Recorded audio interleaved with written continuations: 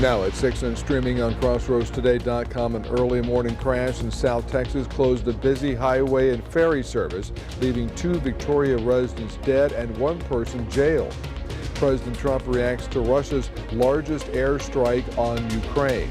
And local Memorial Day services offer the community a chance to remember, reflect, and pay tribute together.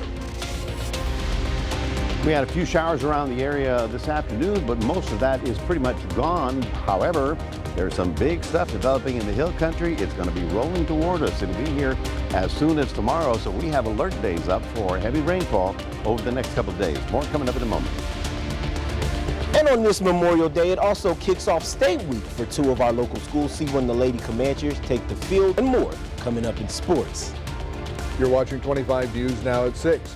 Good evening and thank you for joining us. I'm Don Brubaker. Shauna Curry has the night off. A deadly crash shut down Highway 361 in Aransas Pass and ferry service to Port Aransas for several hours early this morning. Aransas Pass police say it happened around 2:50 a.m. when a Dodge Ram 2500 hit a parked Kia on Highway 361 near Harbor Island Road, causing the truck to roll over. A 32-year-old man and a 40-year-old woman, both from Victoria, were killed at the scene. A third passenger was taken to the hospital. Her condition is unknown. 2 people in the Kia were also checked for injuries. The driver was arrested for DWI. Police believe alcohol was involved. They have not released any names due to the ongoing investigation. Today we honor our veterans who made the ultimate sacrifice for our freedoms. Memorial Day events are happening all over the Crossroads, and 25 News Now reporter Trent Whiting is with the Warriors Weekend crew as they prepare for the Field of Honor ceremony in Victoria tonight. Trenton? Thank you. I'm here once again with Colonel Michael Petrosh. And Colonel, could you tell me a little bit on just the meaning of Memorial Day and what you're hoping people take home, about celebrating today? Absolutely. This day has been reserved strictly, solely, to honor and observe those who made the ultimate sacrifice in the conflicts of our nation. And so today what we're going to be doing is we will be out here conducting a ceremony at 7 p.m. It will start off with a flag retirement ceremony. As many folks know, the only real proper way to dispose of a flag is by burning. Okay, and so we're going to have a flag retirement ceremony out here that starts around 7 o'clock. Civilians, anybody can come out here and participate. We invite you to come out here. I'm looking for great Americans, and I'm looking for patriots to be out here. We're also going to have a special message by Mr. Ed Gregorick. He was a staff sergeant in the Army in World War II. He was Graves registration. And so he'll have a very poignant story to bring to us this evening. And then we're going to close out by reading all 441 names of those Golden Crescent Texans who never made it back home. So they're out of the 7 counties, and I've got people from each of the counties that are coming out here to participate in this. So it's going to be a very meaningful, very solemn, but very excellent service. Absolutely. And can you just speak on, being able to partake and be able to honor our veterans, our fallen veterans in this way, and what does that mean to you? Well, first off, I was one of those guys that I didn't get to deploy. I feel it in my heart that whatever we can do for those who have been wounded in action, or for the families whose soldiers have been killed in action, whatever we can do for them is never enough. We can always do more. And so this is their special day.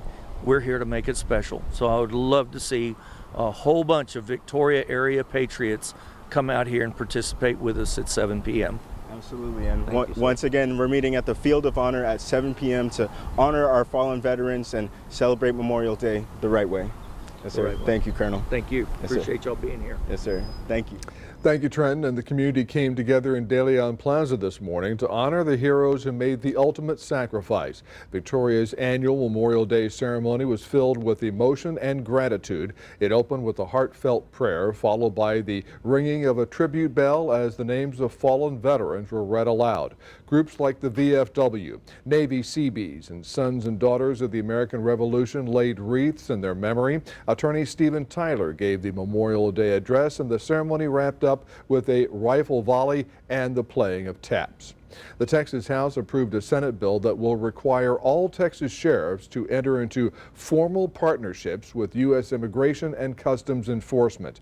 The measure mandates that sheriff's offices statewide take part in the federal 287G program that authorizes local officers to serve administrative immigration warrants at their jails. The bill was amended to apply to all counties that operate a jail. The House must pass the bill once more before it returns to the Senate for approval of amendments. Victoria County Sheriff's Office officials tell us their officers currently take part in the 287G program. Goliad County Sheriff Roy Boyd tells us the bill falls short. Sheriff Boyd says Homeland Security is pushing a new task force model in order to combine local, state, and federal agencies in a field effort. He added, quote, "The bill does not contain this most important part of the plan, so we will be no closer to defunding the cartels than we were 4 years ago," unquote. This brings us to our viewer poll tonight. Should local sheriffs prioritize immigration enforcement or other community issues? There you see the two choices, and overwhelmingly 63% of our voters say local sheriffs should prioritize other community issues first. We thank you for voting. We want to hear from you. Visit crossroadstoday.com/vote to take part, and we'll have the latest results on 25 News now at 10. Rain on Memorial Day, more rain on the way.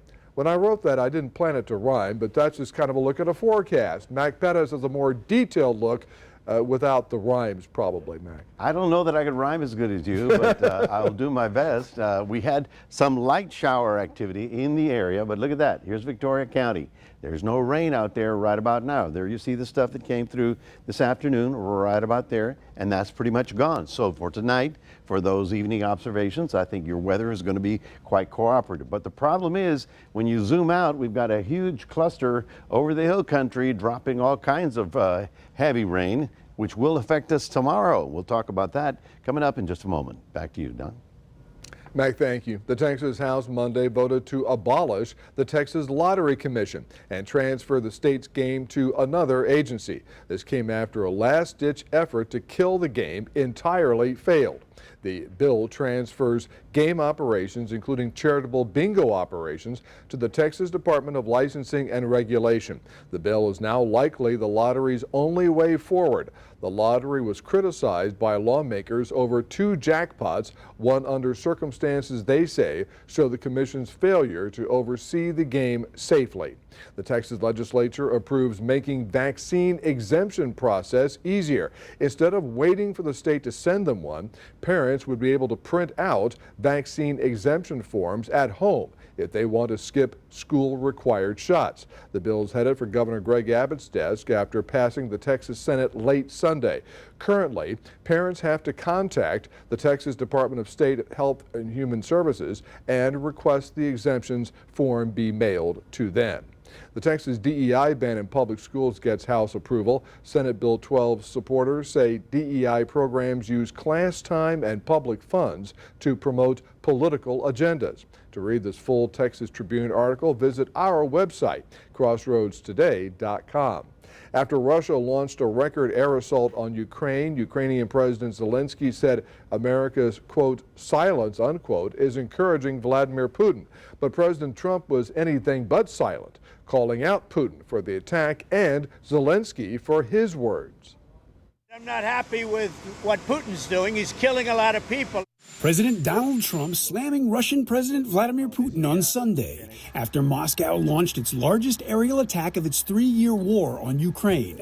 I don't know what the hell happened to Putin. I've known him a long time, always gotten along with him, but he's sending rockets into cities and killing people, and I don't like it at all, okay? Trump writing on social media that Putin, quote, has gone absolutely crazy. According to Ukraine's Air Force, Russia's massive, deadly overnight attack included dozens of missiles and nearly 300 attack drones. Although many of those were intercepted, officials say at least 12 people were killed across Ukraine, including children. Dozens more were injured. Trump, who spoke with Putin recently trying to negotiate a ceasefire between Ukraine and Russia, said he was very surprised about the aerial assault. We're in the middle of talking, and he's shooting rockets into Kiev and other cities. I don't like it at all. On social media, Trump also criticized Ukrainian President Volodymyr Zelensky, who said Sunday morning that, quote, America's silence encourages Putin to continue his onslaught. Russia's air assault also came despite the largest prisoner swap of the war taking place. More than 600 Russian and Ukrainian prisoners were exchanged Sunday. I'm Reed Binion reporting. Remember to subscribe to our YouTube channel, Crossroads Today. Hit the like button, click the notification bell, then you can see Crossroads Today on YouTube.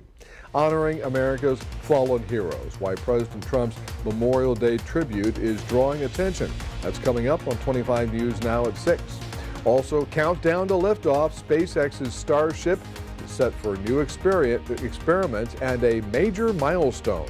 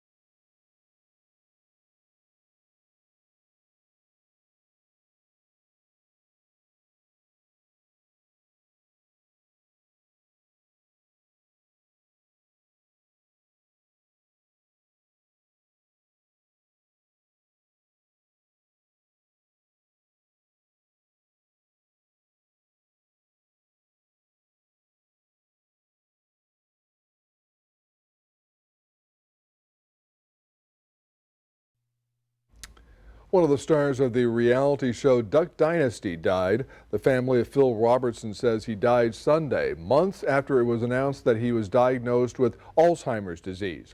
Robertson was 79 years old. The reality show aired from 2012 through 2017, following the Robertson family and their duck hunting business in Louisiana. Robertson created and patented the Duck Commander duck call. The company expanded into selling a variety of other products such as fishing equipment, deer calls, and even truck accessories.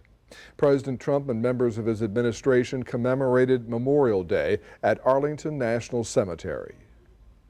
President Donald Trump in his role as the nation's military commander-in-chief, marking the first Memorial Day of his second term with tributes to the nation's fallen and also gratitude for their sacrifice that was echoed by his vice president and defense secretary. But he also made the unusual move of taking aim at his predecessor. President Trump participated in the ceremonies at Arlington National Cemetery just across the river from Washington in Virginia, and the final resting place of more than 400,000 of the nation's heroes and their family members.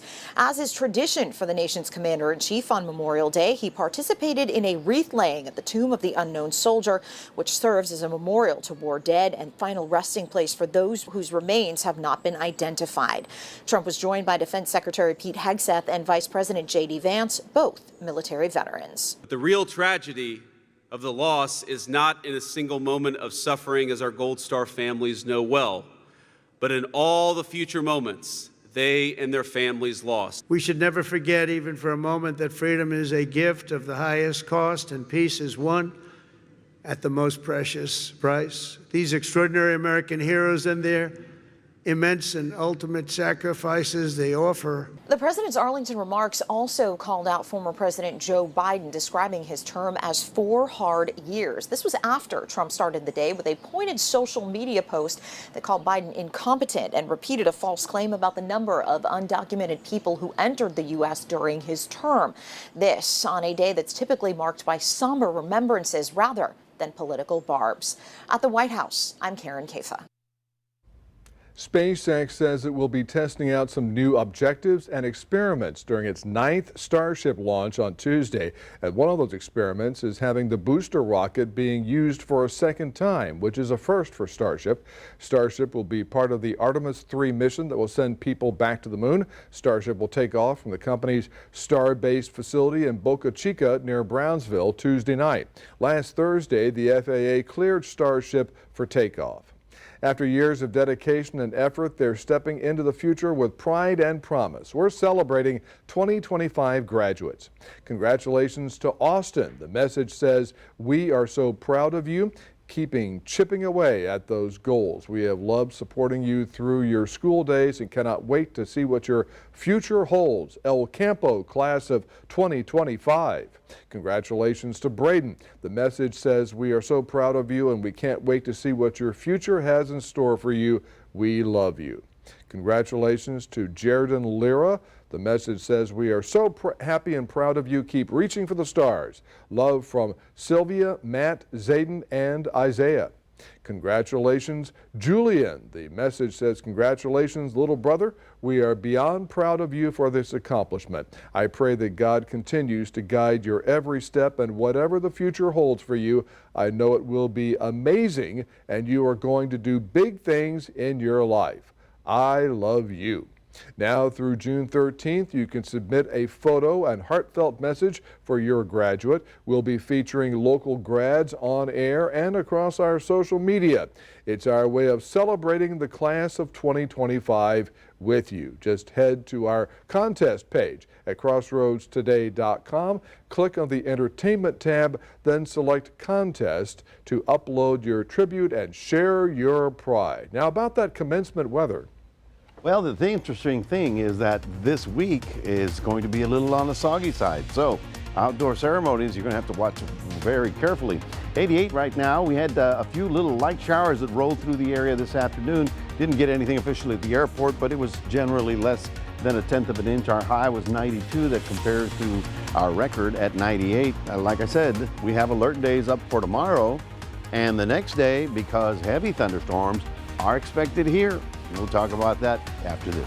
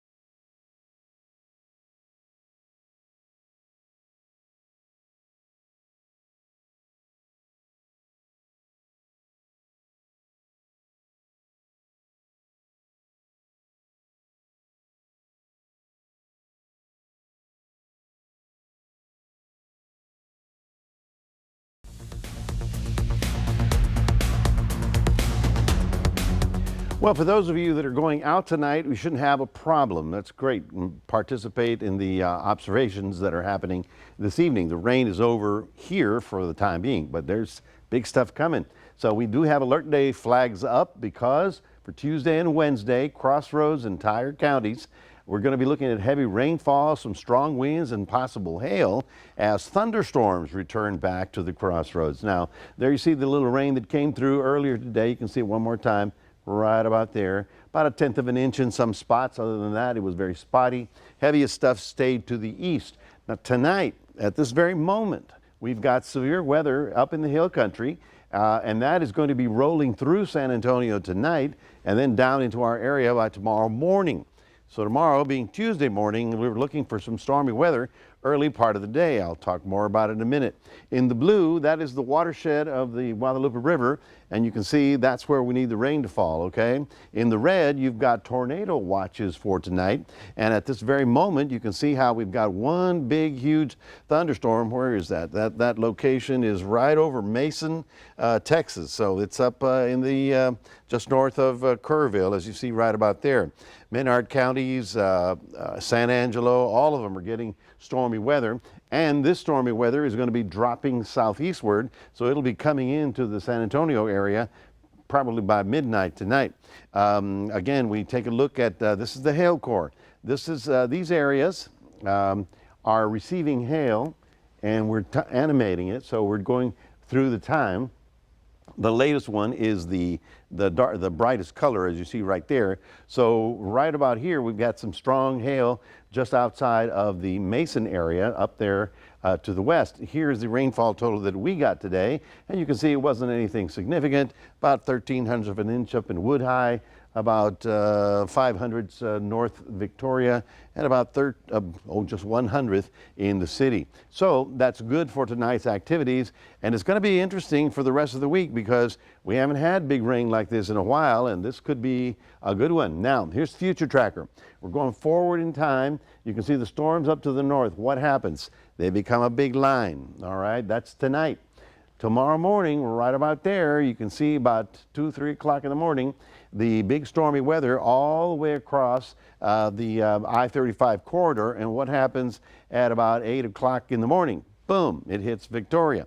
So tomorrow morning when you walk up, get out of bed or walk up to work, you're going to run into some stormy weather. And if you're driving for deliveries or something like that, you're going to be running into this stuff. And then it goes all the way down to the coast. So the afternoon should clear up. That's Tuesday. Thing is, as we go from Tuesday into Wednesday, watch this. Out in West Texas along the dry line, big line of storms will boil up, and then they'll get pushed by the upper winds into our area. There you have it at 1 a.m. There you have it coming through our area at sunrise on Wednesday morning. So yeah, we've got quite a bit of weather headed in our direction, and that's not the end of it. So let's take a look at your day planner. Tomorrow we'll get up to about 89. Will be partly cloudy, but there will be stormy weather in the morning. And then for Cuero, you're looking for a high of 89 with stormy weather in the morning. And there you see alert days for Tuesday, Wednesday, possibly even Thursday and Friday for a continuing rain chance here in the Crossroads. That's your 7-day forecast, reminding everybody we do have a QR code. Love for you to scan that, put Crossroads Today on your phone. And here's Don. Mac, thank you. Mac, maybe you can look at a forecast for Thursday morning in Austin, because as our Ray Robinson is about to tell us, that is a very big time and place for a bunch of area softball fans. Right, Ray? Absolutely, Don. Thank you. We're taking a look into the Lady Comanche State Softball Championship matchup, see when they take the field, and more coming up in sports.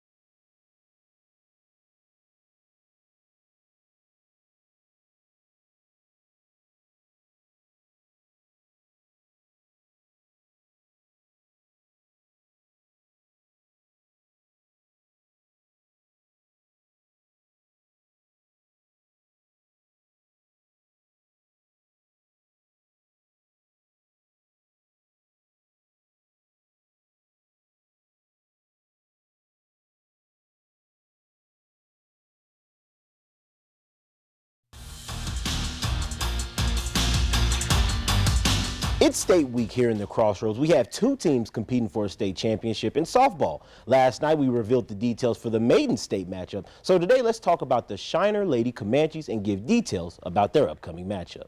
The Lady Comanches will be playing just an hour before the Ganado Maidens take the field at 10 a.m. This game will also be at Red Charlene McCombs Field in Austin. Shiner is the home team, and their fans will be seated near the third base dugout. Tickets can be purchased at texassports.com. Coming up in our 10 p.m. newscast, we're going to recap the two teams in Ganado and Shiner that met up in a high-profile regular season game. And as the Generals get ready for their upcoming season, we know what July 22nd will mark. They are teaming up with their sponsors in Studio 119 on that day to have their small business night at the ballpark, a night dedicated to provide the people of Victoria the opportunity to set up booths at Riverside Stadium. The Generals will begin their regular season on Tuesday on the road against Seguin, and they will have their home opener on Thursday against the Gumbo Gators. And on to some national sports and talking about some college softball. After beating Clemson in the Super Regional Final, the number 6 Longhorns will battle the number 3 ranked Florida in an SEC showdown. Florida is also coming off a 3-game showdown, beating Georgia in their Super Regional finale. This game, surprisingly, is a regular season matchup between the Gators and the Longhorns, which marked the Longhorns' first official series in the SEC. Best of luck to the Longhorns down in Oklahoma City. And on to college baseball, as we've had the official World Series bracket. There you see Texas as one of the top teams in the tournament, looking to face Houston Christian, the SEC once again being one of the winners overall in this selection process. Unfortunately, Texas A&M did not make the cut in a disappointing season. They are the first preseason #1 team to not make the tournament. The last time this happened was back in 1991, and no, I was not born around that time. The Rangers just wrapped up their series opener against the Toronto Blue Jays. The Rangers were only able to put up 1 run on the board, which came from Wyatt Langford. This game saw the Blue Jays walk away with the victory. Final score 2-1. Both teams went scoreless after the 4th inning, but the Blue Jays made a second run in the 4th, and that was where the Rangers were just unable to answer back.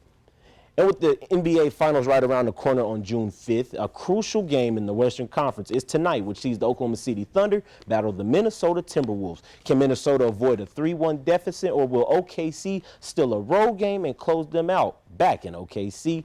Tip-off is at 7:30. You can catch the game on ESPN. But that does it for your sports. Don? Thank you, Ray. We're back in a moment. We take you to the Arlington National Cemetery for a unique ceremony on Memorial Day. That's after the break.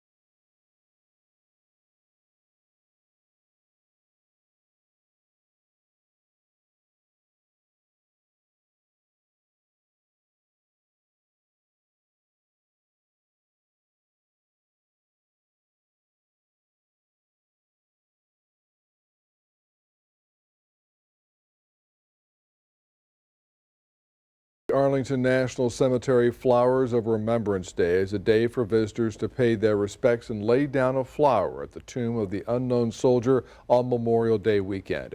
Flower by flower, people from all across the country remembering those who gave the ultimate sacrifice, freedom, sacrifice, and remembrance. That's what Memorial Day is really all about. That place, Arlington National Cemetery, is just amazing. When they have the changing of the guard, everybody who is there, visitors like myself and my wife are there, no one speaks. No one chews gum. They're big signs. Stop gum chewing, nothing speaks. It's really something else. And I know a day like this means a lot to you because you do so many of the military hero stories. Yeah, I have one coming up on Wednesday. It's our Military Hero of the Month, and it's posthumous. We're going to be talking about Master Sergeant Roy P. Benavides, who was someone who was from the Crossroads that was an amazing soldier back in the days. So we'll be remembering him later this week. Coming up, we were, of course, talking about tonight's events. No major problems. All the rain right now is gone. But by tomorrow morning, sunrise, big line of storms already in the hill country will be rolling through. We've got alert days up for Tuesday, Wednesday. May have to extend it into Thursday and Friday because of additional showers. We're back in the rain business that we hadn't been in for a while. Wow. All right, Mac, thank you, and thanks for joining us. We'll see you back here tonight for 25 News Now at 10.